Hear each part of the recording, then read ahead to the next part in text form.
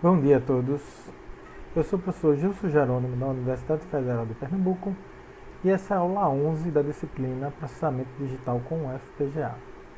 A aula de hoje é sobre a transformada rápida de Fourier.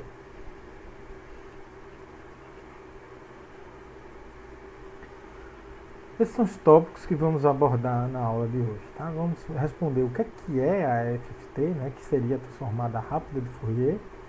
Essa é a sigla em inglês. Né? É uma sigla aí bem conhecida, né?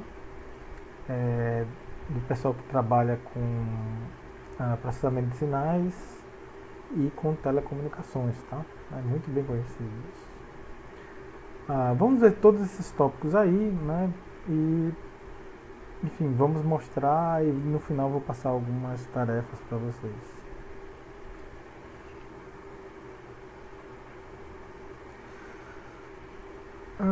Essas são as leituras recomendadas, tá? É o livro texto, tá? Capítulo 6. O livro do Oppenheimer, né? E o livro do Blahu, tá? Esses dois livros estão na nossa lista de referências, tá? Eu vou até tirar aqui o vídeo para que vocês possam ver a referência completa, tá? Então tá aí a referência. Vamos então para a nossa aula, ok, pessoal? Bom, respondendo ao primeiro tópico, né? O que é a transformada rápida de Fourier, né? A sigla em inglês é de Fast Fourier Transform, né? É FFT. E o que é isso, né?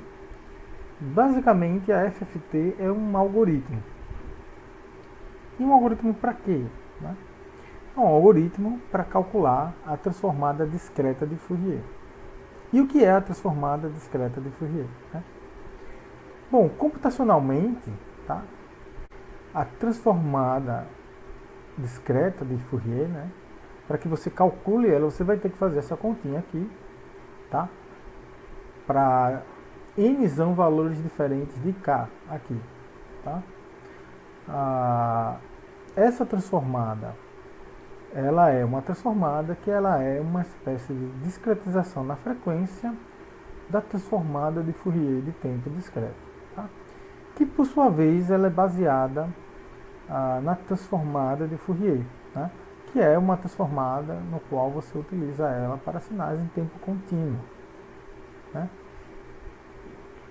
Por que nós usamos esse tipo de transformada? Né? Primeiro, porque em computadores não tem como nós calcularmos, por exemplo, integrais, né? Nem aplicar derivadas, e muito menos representar sinais de tempo contínuo no tempo, tá? Sinais analógicos.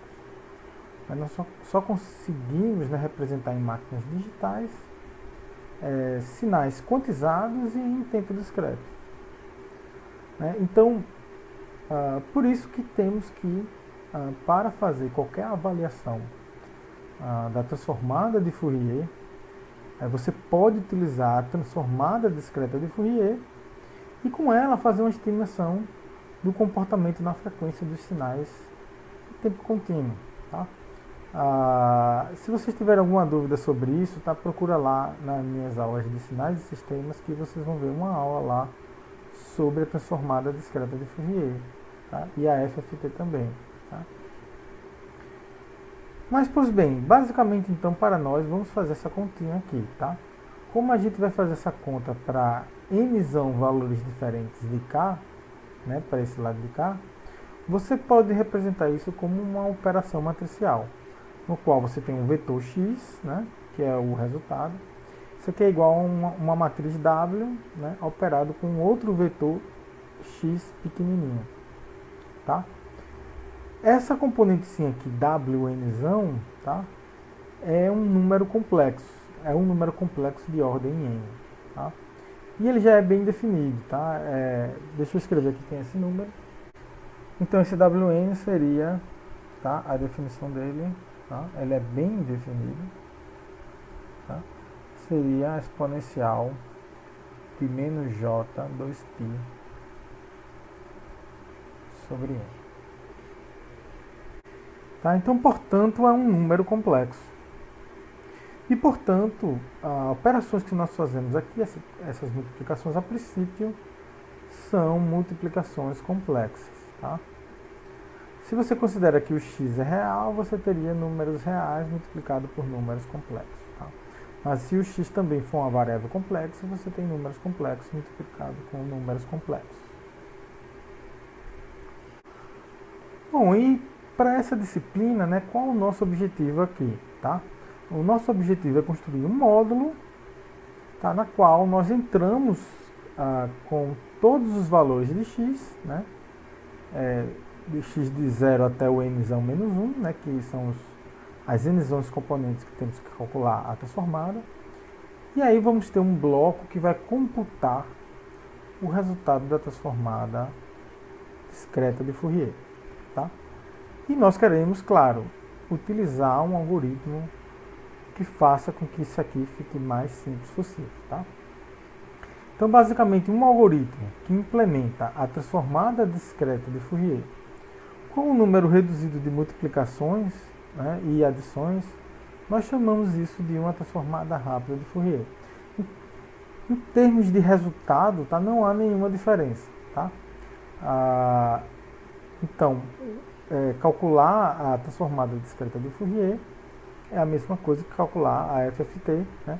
A diferença é que a FFT é um algoritmo para calcular a transformada discreta de Fourier. Né?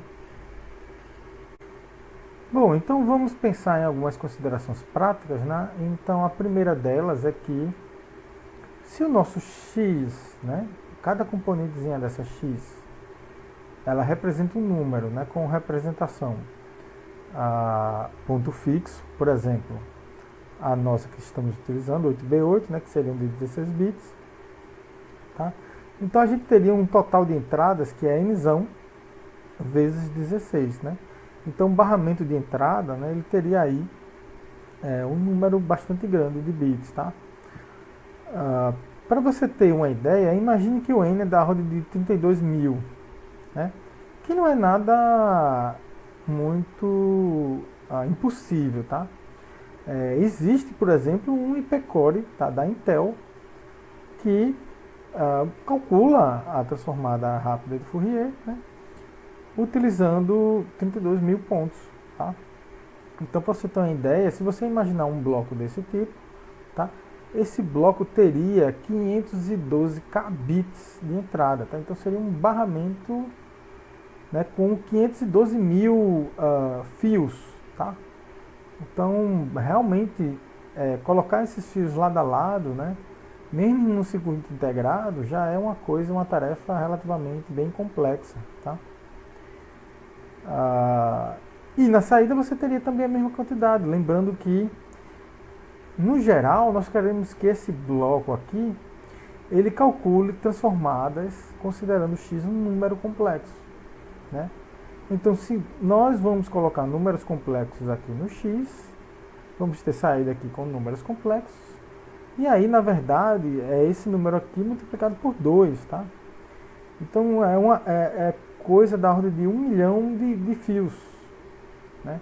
Então, veja que a coisa é bem complicada. Tá? Imagine você sempre ficar trabalhando com isso. Tá? Então, normalmente, você vai ter alguma interface externa no qual você vai manipular esse x e vai entrar esses dados de forma, muitas vezes, serial, tá? Dependendo aí da interface. E você vai ter os comandos para calcular a FFT. Uma vez que você colocar os valores de x corretos aqui, você vai querer calcular. Né? E aí, dependendo da situação, né, se essa implementação aqui ela é combinacional, o resultado vem direto. Mas se não, você pode ter que dar vários pulsos de clock e esperar a computação aqui terminar. Né? Ou se você tiver uma implementação do tipo pipeline, você vai computando aqui e quando chegar no momento certo, você vai e verifica qual é o resultado que tem aqui. Então vamos lá, vamos continuar. Aqui nós temos um número complexo, tá? É um número da forma, né, xr mais jxi, né, em que xr é a parte real, xi é a parte complexa. Basicamente, nós vamos representar um número complexo, representando, né, ou guardando a parte real dele e a parte imaginária dele, né, em memórias separadas. tá? Então, o número real, que seria de 16 bits, né? O número complexo vai ser de 32 bits, tá? E aí vamos supor que o XR e o XY são 8p8, claro. Vocês podem utilizar representações diferentes, por exemplo, 16b16. Se esse fosse o caso, aqui seriam 64 bits, né? E assim por diante. Da mesma forma que nós temos números complexos, tá? O x de n, ele passa a ser agora um sinal complexo. Então, basicamente, você tem dois sinais, tá? Você tem um sinal que é a parte real e o sinal que é a parte complexa, né? Você pode visualizar isso como um sinal complexo ou como sendo dois sinais reais, tá?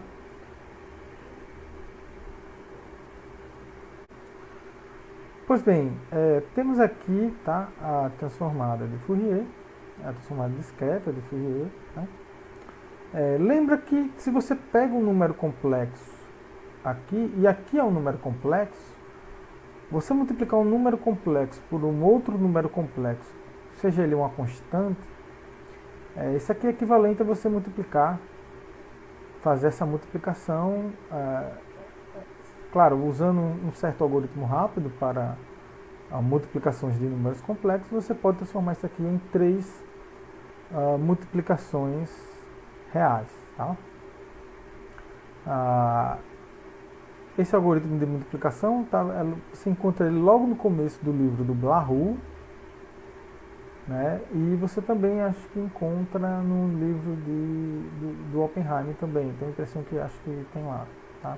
Não tenho bem certeza se tem lá, mas acredito que sim. Pois bem, então, será que o fato de eu ter uma certa complexidade aqui, o fato de eu utilizar aqui agora números complexos, será que eu vou triplicar essa complexidade? E na verdade não, né? Por quê? Podemos separar, né, o nosso sinal aqui complexo em uma componente real, mais uma componente imaginária, e ambos esse sinal, a parte real e a parte imaginária, são sinais reais, tá? E aí nós separamos em duas transformadas, né?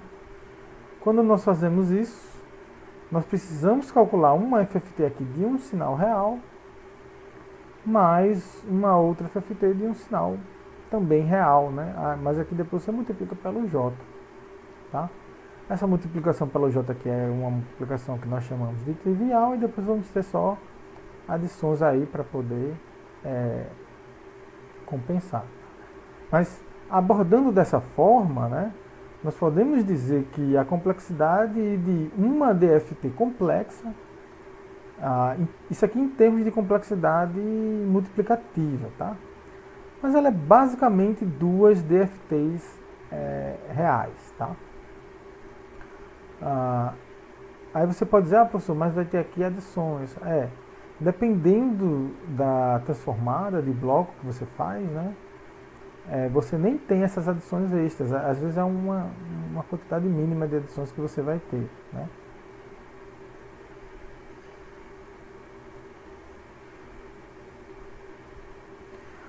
Bom, e aqui eu quero explicar quais são os tipos, né? Como é que nós classificamos as FFTs, né? É que na verdade não é bem a classificação, mas em sim etapas da nossa FFT, tá? Então vai existir aí dois tipos, tá? Você vai ter aí o mapeamento multidimensional, né? No qual você tem comprimentos compostos, né?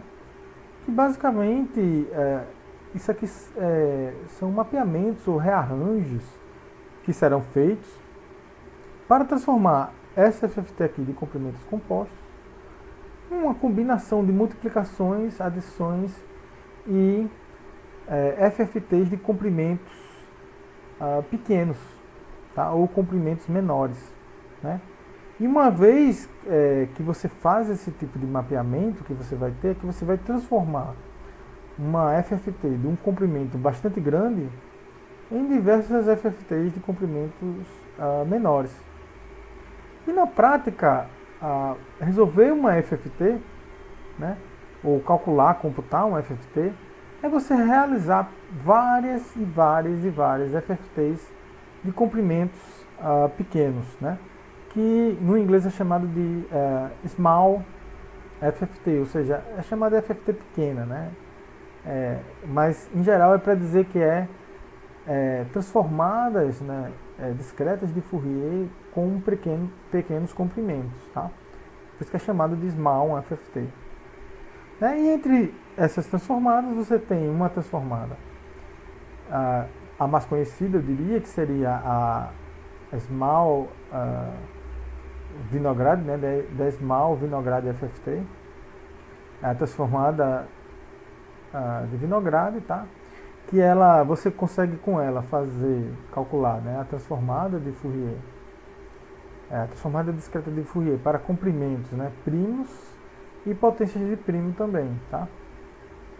E aqui você tem uma FFT também otimizada, tá? Essa FFT aqui ela saiu da UFPE, né?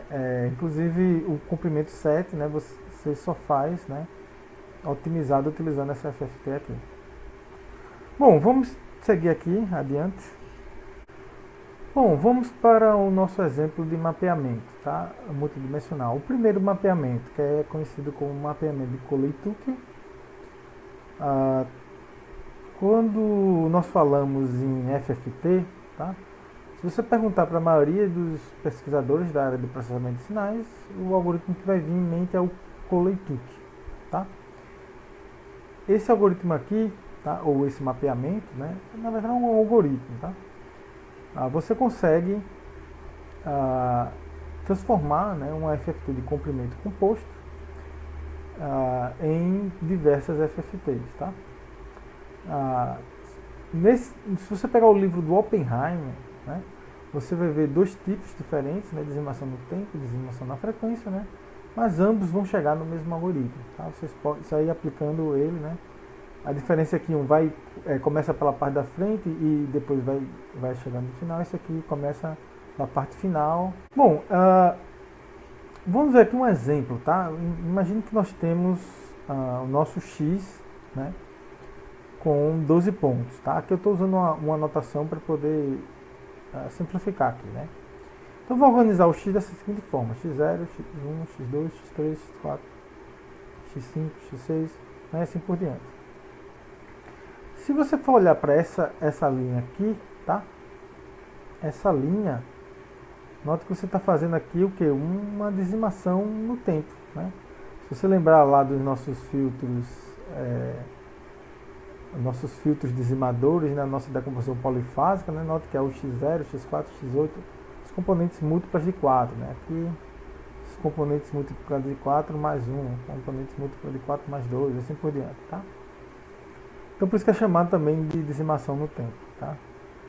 Então, o que é que a gente faz aqui depois que a gente faz isso? A gente calcula as FFT das linhas, tá? Em todas as linhas aqui. E aí vai jogar o resultado numa matriz aqui gigante, tá? Jogou o resultado nessa matriz gigante. Vamos fazer multiplicações de ajustes, né? Essas multiplicações de ajustes são multiplicações complexas, tá? Então aqui vamos ter números complexos multiplicado com números complexos. E aí vamos ter o resultado disso, né? Depois de você fazer a multiplicação termo a termo. E aí, essa multiplicação aqui, né? Depois que você faz essa multiplicação aqui, né? Você primeiro fez 4 FFTs aqui, né? Uma para cada linha dessa. O que você vai fazer agora é calcular 3 FFTs, uma para cada coluna, tá? Quando você calcular o resultado, vai botar o resultado, né, em ambos os lugares, né?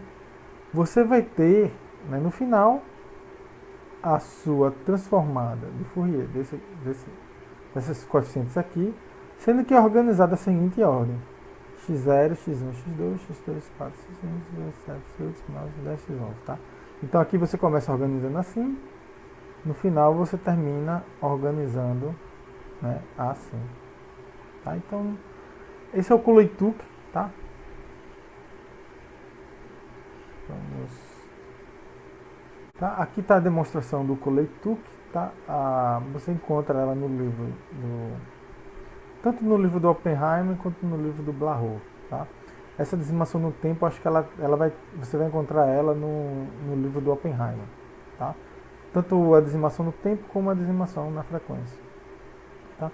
Basicamente, o que você faz? Você vai calcular essa transformada, começa pelas componentes pares e depois pelas componentes ímpares. Tá? Vai fazendo algumas manipulações, né, e você vai chegar a essa forma aqui final, tá? No qual você vai ter aqui uma DFT aqui de comprimento n sobre 2, tá? E aqui, esse cantinho aqui de cá, você tem uma DFT de comprimento também em n sobre 2, mas com elementos diferentes. Tá? Sendo que você tem essa multiplicação por esses termos de ajustes aqui, tá? O Wn elevado a k. Tá? Então, basicamente, você vai ter essa transformada aqui, mais essa, tá? Lembrando, tá, que como essa aqui é uma transformada de comprimento n sobre 2, essa aqui é de comprimento n sobre 2, né? Você sabe que o resultado final tem que ter comprimento n, né? Como é que a gente resolve isso, né? Bom, basta lembrar que uma DFT de comprimento n sobre 2, ou de comprimento n, né? N sobre 2 vai ser periódica, né? De período n sobre 2. Né? Essa aqui também vai ser periódica de período n sobre 2. Né? E essa aqui é de comprimento n, que é uma DFT de comprimento n. E assim você pode avaliar, né? Isso aqui, né? Você pode pegar as componentes, pega para cá, e você pode somar também mais n sobre 2, só para ver os dois resultados, né? E aí você vai ver que para cada k desse você vai ter dois resultados, né? Você tem o x de k e o x de k mais n sobre 2, né? Note que você vai fazer esse mais esse, multiplicado por essa constante, e esse menos esse, multiplicado por essa constante. Tá? Então veja que isso é equivalente a você pegar e calcular uma, né, soma e subtração, tá, desses resultados, botar cada um para um resultado. Isso aqui, tá, essa matriz aqui é uma matriz, é uma DFT de comprimento 2, tá? Ela vira uma transformada desse tipo aqui, tá? Uma transformada de Hadamard, uma transformada de Haar, né? Que também pode ser implementado, muita gente chama isso aqui também de borboleta, né? E aí, né, basicamente, né, você vai ter uma transformada, né? Você vai ter aí que duas transformadas de comprimento n sobre 2, e aí você vai precisar, né, de n sobre 2 transformadas FFTs de comprimento 2, tá? Então, o circuito, né, combinacional, né, você teria aqui duas FFTs, né, tá vendo? Uma para as componentes, né, pares, outra para as componentes ímpares. E aí você vai fazer aquela soma, né, essa somazinha daqui, tá? Você vai fazendo, quando chegar no comprimento n sobre 2, aí você vai usar já essa fórmula aqui de baixo. Tá? Então você pode pegar essa parte aqui com essa, tá? Olha aqui, ó, veja que você consegue ver aqui, ó, uma borboletazinha aqui, ó, tá vendo? Soma, e daqui para cá, ó, o sinal de menos 1, subtração. Soma, subtração. Então isso aqui é um FFT de comprimento 2, tá? Organizando essa estrutura aqui de cima, você pode botar assim, ó. Tá? Essa figura aqui você encontra lá no livro do Meyer, tá? Que é o nosso livro texto, né? Então, e aí o que acontece, tá?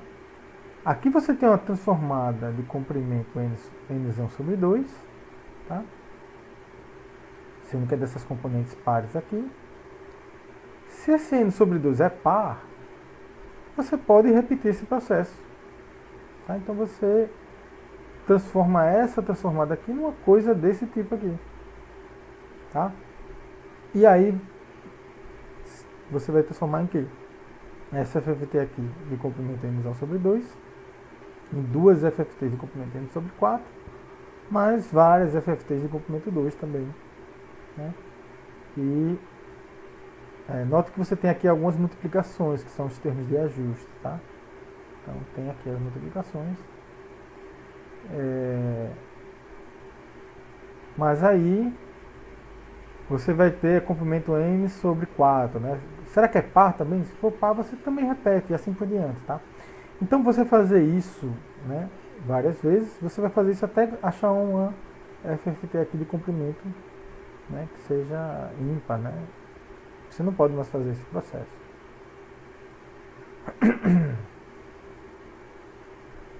Bom, e aí vamos, né, falar um pouco sobre a complexidade, né? Isso aqui está bem descrito, está no livro do Blahut, tá? Mas basicamente, né, vamos definir aqui como DFT de N, tá? Essa siglazinha aqui significa a complexidade de você realizar uma DFT de comprimento N, tá? É isso que eu estou definindo aqui, tá? Isso aqui é para a gente trabalhar com complexidade, ok? Então, ó, quando o N é par, nós podemos transformar, né, utilizando o algoritmo de Coley-Tuck, nós podemos transformar o DFT de comprimento N em N sobre 2 DFTs de comprimento 2 mais 2 DFTs de comprimento N sobre 2. Né? E você vai ter ali, né, N sobre 2 menos 1 multiplicações complexas, tá? Pelo menos, tá? Você pode ter, quer dizer, esse aqui é no máximo, tá? No máximo você vai ter isso. Você pode até ter um pouquinho menos, tá? Mas no máximo você tem isso aqui de multiplicações. E por que eu digo isso?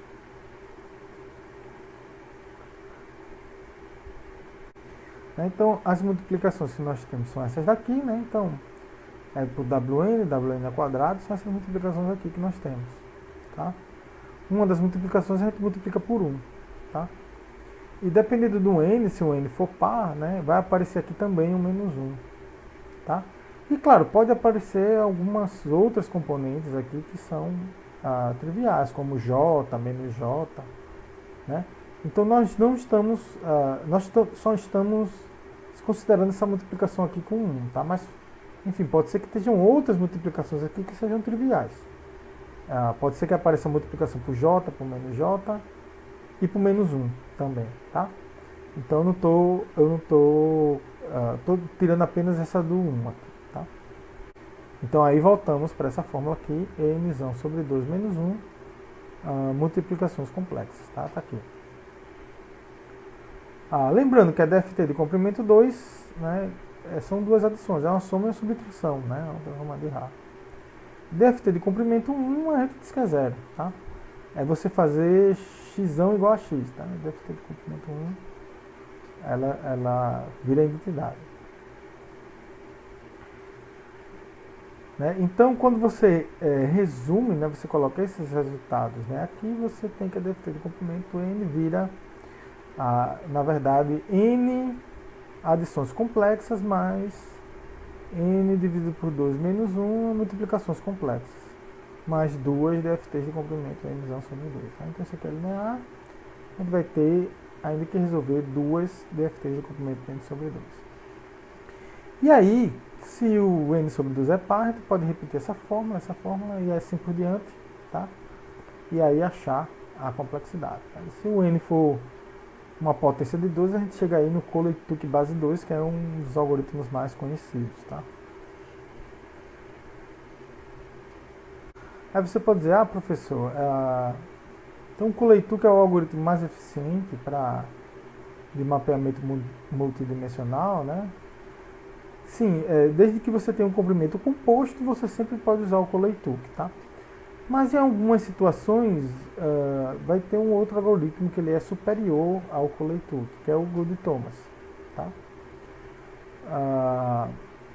Esse algoritmo, né, vai ter ainda uma outra restrição, né? Então, além de ser composto, né, ou seja, o n tem que ser igual a um L vezes n, o MMC, o MDC, desculpa, tá? Entre o L e o N, tem que ser igual a 1, tá? Ou seja, o L e o N tem que ser relativamente primos, tá? E aí, nós temos o mapeamento Gould-Thomas, tá? O que a gente faz? A gente vai colocar aqui o x0, o x1, o x2. O x3, ó, a gente sempre vai colocando em diagonal, certo?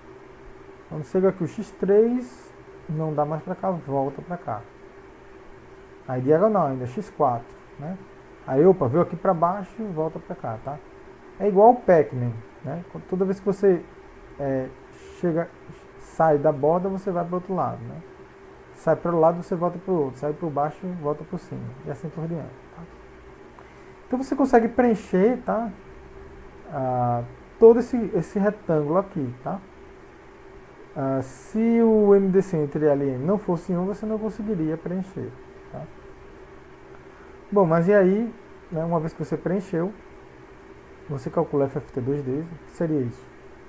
Aplica FFT em todas as linhas, do resultado você aplica FFT em todas as colunas, tá? E aí quando você fizer isso, sua transformada ela vai estar já, né, aqui organizada, né? Aqui vai aparecer x0 mais x4, nota que e x8, né? Nota que 4 é o número de linhas, né? Aqui vai ter x0 mais x3 mais x6 mais x9, né? Nota que 3 é o número de colunas, né? E aí, sempre que você quiser aqui, aqui é quem, né? Toda vez que você passou uma linha, soma mais 3, né? Então, x3, x6, x9. Aqui, ó, tem o x4 mais x6, dá x7. Tipo número, tá? 4 mais 3 dá 7. 8 mais 3 dá 11, né? Aí, 6 mais 4 dá 10. 6 mais 8 dá 14. Mas aqui eu tenho quanto espaço? 12. É tudo módulo 12, tá? Módulo 12, resta 2, tá?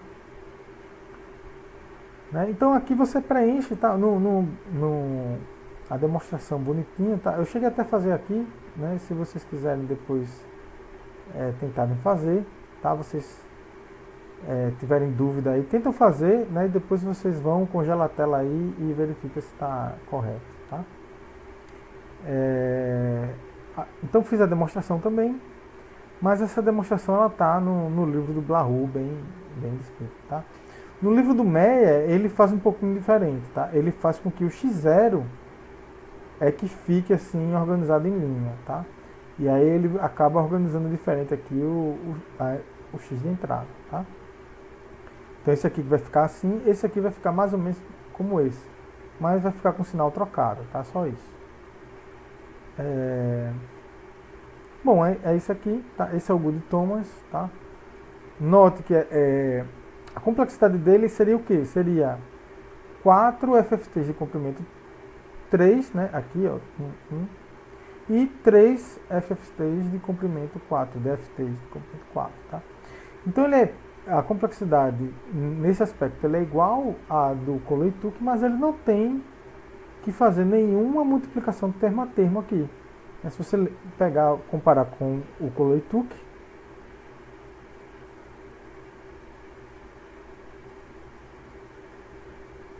nota que o Koleituk, tá? Você calcula transformado em todas as linhas, né? Inicialmente, depois você calcula transformado em todas as colunas, tá?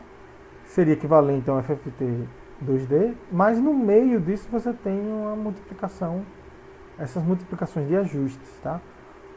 O Goode-Thomas não tem isso, tá? Então você ganha, né, em termos de complexidade. Em outras palavras, né, sempre que você puder fazer o Goode-Thomas, faça o Goode-Thomas, né?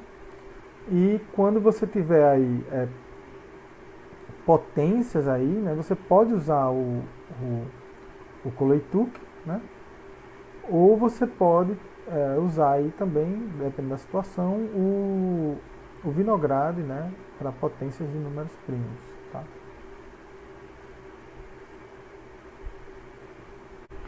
Bom, então você tem aí,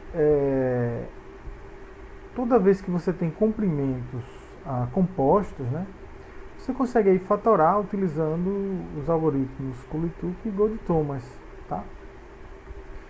E esses algoritmos, tá, você consegue transformar a sua FFT de um comprimento grande, tá, em diversas FFTs de comprimentos menores, tá? E aí quando você chegar em uma situação em que você tiver que calcular diversas FFTs de comprimento 2, ela é simples de calcular. Você vai usar o algoritmo, né, de Ra, né, é a borboleta. É uma soma e subtração. Mas pode ser que apareça DFTs de comprimento 3 aí. Né? Na prática, se você tiver um comprimento múltiplo de 3, vai aparecer fatalmente, né, uma DFT de comprimento 3 para você fazer. E nesse caso, que algoritmo você vai usar? Tá? E aí é onde estão as transformadas, né, para pequenos comprimentos. Né? Na prática, você realizar uma FFT é você realizar diversas FFTs de comprimento pequeno.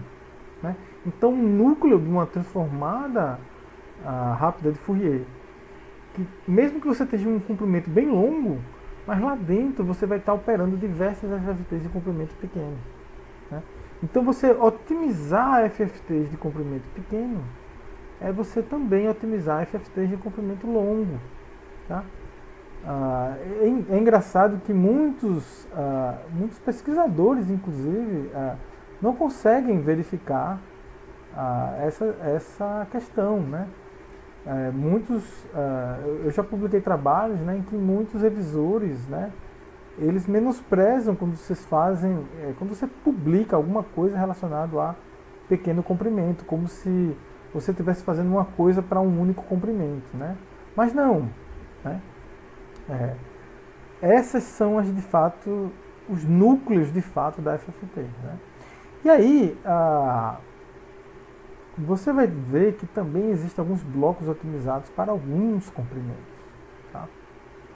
E eles acabam se tornando até mais eficientes do que o algoritmo de Coleituk e até do Goode-Thomas. Tá? Então, aqui temos algumas FFTs, tá? Com alguns comprimentos relativamente pequenos, né? No qual você tem blocos de transformadas que acabam sendo bem eficientes. Né? Você pega, por exemplo, para n igual a 3, você só precisa de uma multiplicação. Tá? Isso aqui essa quantidade aqui de multiplicações, tá? É um número de multiplicações reais, e aqui eu estou considerando também que o x é real. Né? Se o x for complexo, basta você multiplicar por 2, é aquela equaçãozinha que a gente mostrou, né, logo acima. Tá? Então, para n igual a 3, se você pegar o do Vinograd, ele diz que faz com 2, tá? Mas, na verdade, ele faz com 1. Né? Por quê? Porque uma das multiplicações que vai aparecer para ele é uma multiplicação trivial. Tá? É uma multiplicação por um número racional. Aqui temos a FFT de comprimento, né? 5, tá? Lembrando, tá? Essa linha aqui, tá, pessoal? HMMC, tá? É uma complexidade calculada, tá? Alguém chegou e calculou qual o menor número de multiplicações que você precisa para realizar uma DFT, tá? Quem calculou foi esse Heidner aqui. Né? Então essa tabelinha aqui foi calculada pelo Heidner, tá? Então aqui, ó, se você pegar o FFT, ela consegue para todos esses comprimentos aqui chegar no mínimo, tá? E você vai ver que alguns valores do Vinograd, que é essa tabelinha aqui, ela não chega no mínimo, né? Um deles, por exemplo, é comprimento 7, ele faz com 8. Mas existe uma FFT de comprimento 7, né? Que eu disponibilizei, inclusive, para vocês 2 artigos, tá? Eu botei o link de um, disponibilizei um outro. Um desses artigos ele não foi aceito, tá? Mas nesse artigo que não foi aceito, você encontra a DFT de todos esses comprimentos, né? Inclusive essa tabela foi tirada de lá. Tá?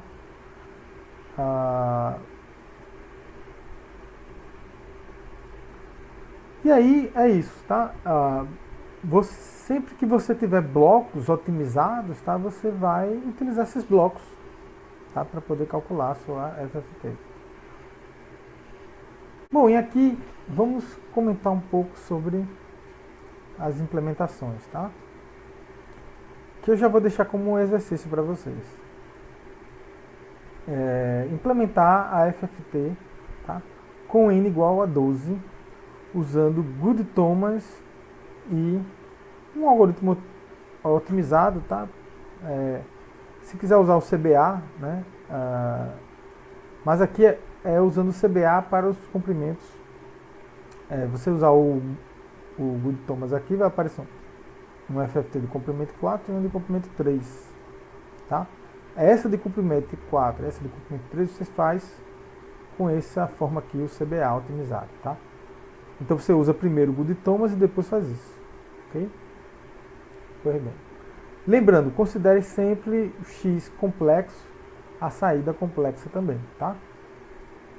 Ok. Bom, depois vamos implementar com n igual a 8, tá? Usando o Coley-Tuck, tá? O comprimento 8, né, é uma potência de 2, tá? Não dá para você usar Good Thomas. Tá? Então vamos usar aí Coley-Tuck, vamos fazer um hardware, né?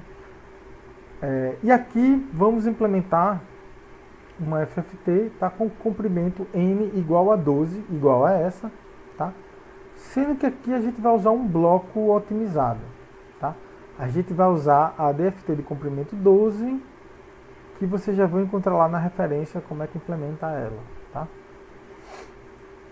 Lembrando que aqui vamos considerar também a entrada real, desculpa, entrada complexa, saída complexa, tá? Vamos fazer isso aqui.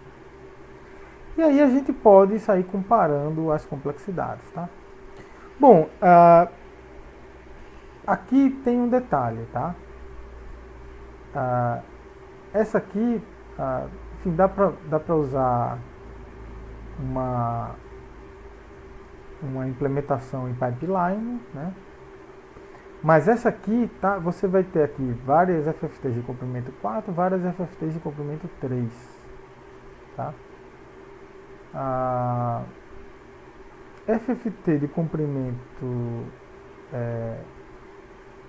3, tá? Você pode ter, né? Enfim, você pode colocar lá 4 FFTs de comprimento 3, todas elas em paralelo, e você vai lá e calcula, tá? Vai dar o resultado, já vai multiplicando, faz tudo combinacional, tá? Então você tem uma implementação combinacional disso aqui, tá? Mas você pode ter uma única FFT de comprimento 3 e uma única FFT de comprimento 4, tá? E aí você constrói uma máquina de estado na qual você vai calculando, tá? A FFT por FFT, né? Vai botando resultado por resultado e no final você dá a sua resposta final, tá? Então tem essas duas formas de implementar, tá? Seria justo a gente definir uma forma única para a gente comparar todas essas, tá? Então, inicialmente, façamos esses 3 exercícios aqui, considerando a combinacional, tá? Ou seja, aqui vamos utilizar 4 FFTs de comprimento 3 e 3 FFTs de comprimento 4, tá? Todos em paralelo, ok? Aqui também, tá? Porque aí ficaria mais justo, porque todos os circuitos nesse caso vão ser combinacionais, tá? Mas depois eu vou mostrar também, tá, uma máquina de estado para a gente fazer, inclusive todas essas, tá, a gente poderia fazer, né, não a otimizada, porque a otimizada basicamente é um bloco pronto, então é muito simples, você não vai conseguir separar, ele vai ter um bloco de pré-adição, depois multiplicação, esses de adição você pode separar em vários blocos, tá, mas não daria para você fazer tipo outras pequenas FFTs, é uma FFT só isso aqui, tá? Então esse aqui não daria para você fazer com a máquina de estado. Mas combinacional dá, e todas essas aqui dá para fazer combinacional, tá? Então vamos fazer tudo combinacional, porque aí depois a gente pode comparar, né, a lógica. Bom, pessoal, com isso nós terminamos a primeira parte, né, que é a parte teórica, tá? Teórica assim bem por cima, né? Quem quiser ver mais a teoria, dá uma olhada nessas referências, né? Dá uma olhada na minha aula também de sinais de sistemas, se quiser ver um pouquinho de propriedades, né? Você pode ver no livro do Blahu também, que tem bastante propriedades. Mas o que nós estamos interessados aqui é implementar, né, esses blocos de FFTs e fazer FFTs maiores, tá? Então por isso que nós estamos implementando blocos de FFTs considerando uma entrada complexa e saída complexa. Porque nós vamos utilizar esses blocos para fazer FFTs maiores e maiores. Ok, pessoal? Então, com isso, terminamos essa primeira parte, né, que é a parte mais teórica. E vamos aí, depois vamos ter um vídeo da segunda parte, que é a parte prática, na qual vamos ver alguns desses resultados. Né? Então, até lá.